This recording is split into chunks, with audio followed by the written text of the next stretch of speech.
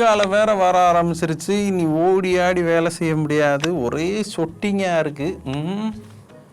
ஒரே இடத்துல நின்றுக்கிட்டு லட்சத்தில் சம்பளம் வாங்க முடியுமா? இதுக்கு யாருக்கிட்ட பதில் கிடைக்கும்?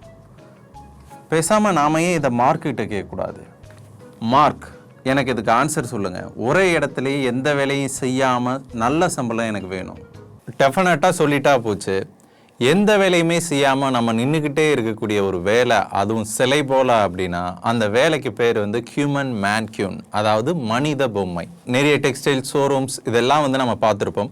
அதாவது ஒரு பொம்மைக்கு வந்து ட்ரெஸ் போட்டு வச்சுருப்பாங்க. அதுவே பொம்மை இல்லாமல் ஒரு மாடல், அதாவது சூப்பர் மாடல்னு சொல்லலாம், இல்லை நார்மல் மாடலோ, அவங்களோட ப்ரைஸுக்கு ஏற்ற மாதிரி ஒரு மாடலை ஃபிக்ஸ் பண்ணி அவங்களுக்கே அந்த ட்ரெஸ்ஸை போட வச்சு அதே இடத்துல நிப்பாட்டி வைக்கிறதுக்கு பேர் தான் ஹியூமன் மேன்க்யூன்.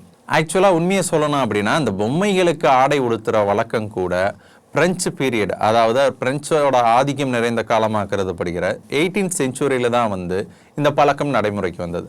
அதுக்கப்புறம் 1900 அப்புறம் பிறகு அது வந்து அந்த பொம்மையே வந்து ஒரு சாஃப்டான பொம்மையில் அந்த ட்ரெஸ்ஸை உடுத்தி பார்த்தாங்க.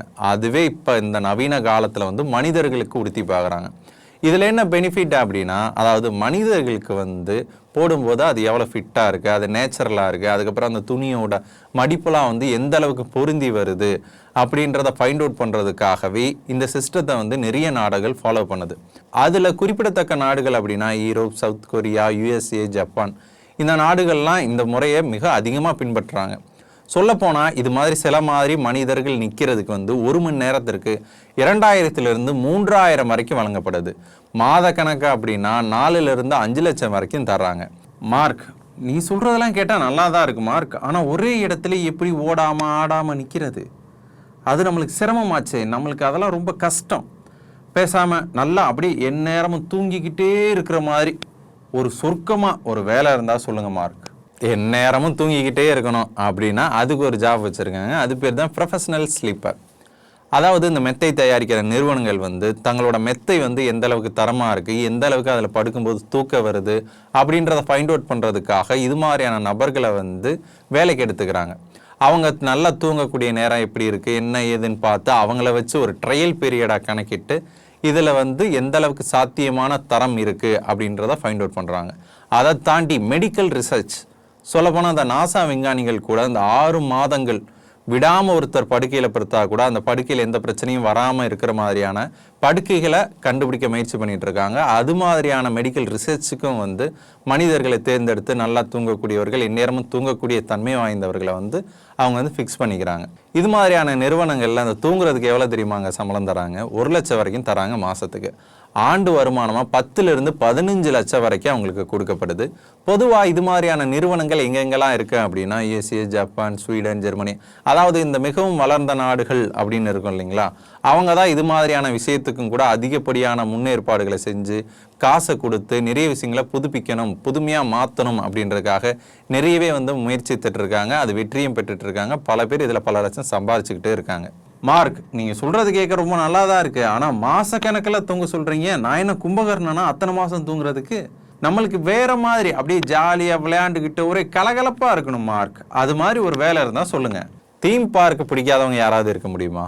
அப்படிப்பட்ட தீம் பார்க்கில் வரக்கூடிய அந்த வாட்டர் ஸ்லைடர் கேம் எல்லோருக்கும் ரொம்ப பிடிக்கும். அந்த வாட்டர் ஸ்லைடரில் பயணிக்கும் போது சரியான வேகத்தில் நம்மளால் பயணிக்க முடியுதா, நீரில் விழும்போது மகிழ்ச்சி தருதா, இல்லை ஒரு பயத்தை தருதா, இல்லை அந்த ஃப்ளோ வந்து கரெக்டாக இருக்கா அப்படின்னு பார்க்குறதே ஒரு முழு நேர வேலையாக பல தீம் பார்க்குகள் வச்சுருக்காங்க. இந்த விஷயத்துக்கு எல்லோருமே காமனாக முக்கியத்துவம் கொடுத்தா கூட இதுக்குன்னு ஆட்களை போட்டு முன்னுதாரணமாக நிற்கிற நிறுவனங்கள் அப்படின்னு பார்த்தீங்க அப்படின்னா universal studios, Atlantis water parks, Disney water parks, இவங்கெல்லாம் வந்து முன்னுதாரணமாகவே இருக்காங்க. இவங்க மாதத்துக்கு 5 to 10 லட்சம் வரைக்கும் இந்த விஷயத்துக்கு சம்பளம் கொடுக்குறாங்க. ஆண்டு வருமானமாக 30 to 50 லட்சம் வரைக்கும் உங்களுக்கு கிடைக்கும்.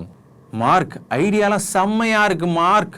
ஆனால் எந்நேரமும் தண்ணிக்குள்ளேயா மார்க்? அது கஷ்டம் இல்லை மார்க்.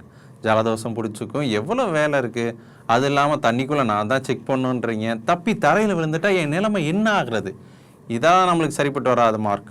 நம்மளுக்கு வந்து ஜாலியாக அப்படியே வேடிக்கை பார்த்துக்கிட்டு அது மாதிரி ஒரு வேலை இருந்தால் சொல்லுங்கள் மார்க். என்ன வேணா கேளியா, நீ என்ன கேட்டாலும் சொல்கிறதுக்கு என்கிட்ட பதில் இருக்குது, வேலையே இருக்குது இந்த உலகத்தில். இப்போ நீ கேட்ட மாதிரியான ஒரு வேலையை சொல்கிறேன் கேளு. சிக்கன் செக்ஸ் ஃபைண்டர், அதாவது கோழியோட குஞ்சுகளில் ஆண் எது பெண் எது அப்படின்னு கண்டுபிடிக்கிறதா அந்த வேலையை. பொதுவாக எதனால் இப்படி பிரிக்கணும், வளர்ந்து வந்தால் அதுவே நம்மளுக்கு தெரியுமே அப்படின்னு நம்மளுக்கு தோணலாம்.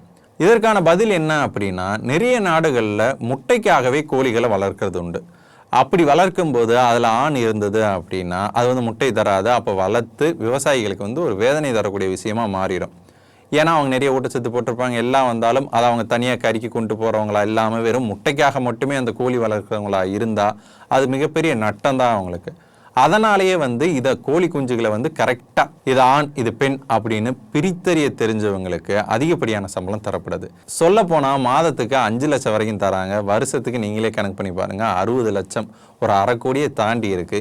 பொதுவாக மேலை நாடுகளில் தான் இது மாதிரியான வேலை வாய்ப்புகள் அதிகப்படியாக காணப்படுது. அதே நேரத்தில் நம்மளோட இந்தியாவில் வந்து சுகுணா, அதுக்கப்புறம் வந்து இந்த வெங்கடேஸ்வரா ஹேச்சரிஸ் இதெல்லாம் கூட இது மாதிரியான வேலைகளுக்கு ஆளை எடுத்துக்கிட்டு தான் இருக்காங்க. இந்த மாதிரி வேலையெல்லாம் ஒன்று இருக்கா அப்படின்றதே நம்மளுக்கு ஒரு புதுவிதமாக இருக்கு இல்லையா?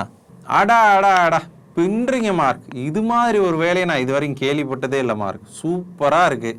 ஆனால் இடையில ஏதோ சொன்னீங்களே, ஏதோ 2-3 செகண்டுக்குள்ளே ஒரு சிக்கன் பேபியை கண்டுபிடிக்கணுமா நான்?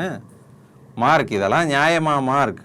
எனக்கு ஏதாவது இந்த சாப்பிட்டுக்கிட்டு அப்படி ஜாலியாக அப்படி இருக்கிற மாதிரி ஒரு வேலை சொல்லுங்க மார்க். சீஸ்க்கும் பிக்கலுக்கும் வந்து அடிமையாகாதவங்க ரொம்பவே கம்மி தாங்க. அதுலேயும் ஊறுகாய் நம்ம நாடுகளில் எவ்வளோ தூரம் பயன்படுத்தப்படுது அப்படின்னு உங்களுக்கு தெரியும். இது ரெண்டுமே மனிதர்களை வெகு இலகுவாக இருக்கக்கூடிய ஒரு தன்மை வாய்ந்த உணவுகள். இப்போ இது ரெண்டையும் வந்து டேஸ்ட் பண்ணுறவங்க, அதாவது சீஸ் அண்ட் பிக்கிள் டேஸ்டர், இவங்களுக்கு வந்து மாதத்துக்கு 1 லட்சம் வரைக்கும் சம்பளம் தராங்க. இவங்களோட வேலை என்ன தெரியுமாங்க? சீஸாக இருந்துச்சா அப்படின்னா அதோட மனம், மென்மைத்தன்மை இதெல்லாம் வந்து சரியாக இருக்கா அப்படின்னு பார்க்கணும். அதே நேரத்தில் பிக்கலாக இருந்துச்சு அப்படின்னா அதில் வந்து மிளகாய் சரியான அளவில் இருக்கா, உப்பு சரியான அளவில் இருக்கா அப்படின்றதெல்லாம் அவங்க பார்க்கணும். மார்க் விளையாடுறீங்க பார்த்தீங்களா என்ன வச்சு? சீஸு பிக்கிள் இதெல்லாம் எப்பயோ ஒரு நேரம் சாப்பிட்டா கூட பரவாயில்ல, எப்போ பாரு சாப்பிட்டுக்கிட்டே இருக்கணும், சாப்பிட்டு சொல்கிறது தான் வேலையே அப்படின்னா என்ன மார்க்? அது இப்படி தாங்கும் மார்க்? நான்லாம் சித்தர் பரம்பரை மார்க், என்ன போய் இப்படி ஒரு வேலை பார்க்க சொல்கிறீங்களே, இது வேலைக்கு ஆகாது மார்க். வேறு வேலை இருந்தால் சொல்லுங்கள். வேலைக்கு போகணும் அப்படின்னு நினைக்கிற எல்லோருக்குமே இந்த உலகத்தில் வேலை வாய்ப்புகள் கொட்டி தான் கிடக்கு. ஆனால் இந்த வேலைக்கு தான் போவேன், அந்த வேலைக்கு தான் போவேன்னு சொல்லிட்டு அது போனதுக்கப்புறம் கூட மைண்டை டைவெர்ட் பண்ணிகிட்டே இருக்கிற நிறைய பேர் இருக்காங்க. அவங்களுக்கு தான் இந்த உலகத்தில் வேலை வாய்ப்புகள்ன்றது கம்மியாக இருக்குது. அவங்க வருங்காலத்தில் சிரமப்படவும் கூடும். ஏதோ ஒரு வேலை கிடைச்சதுக்கப்புறம் கூட அதை பிடிச்சி செஞ்சா அப்படின்னா அதுவும் வெற்றி தான். இல்லை பிடிச்ச வேலையவே கண்டுபிடிச்சு அதிலேயே முன்னோக்கி பயணிச்சா அப்படின்னாலும் டபுள் வெற்றி தான். நன்றி.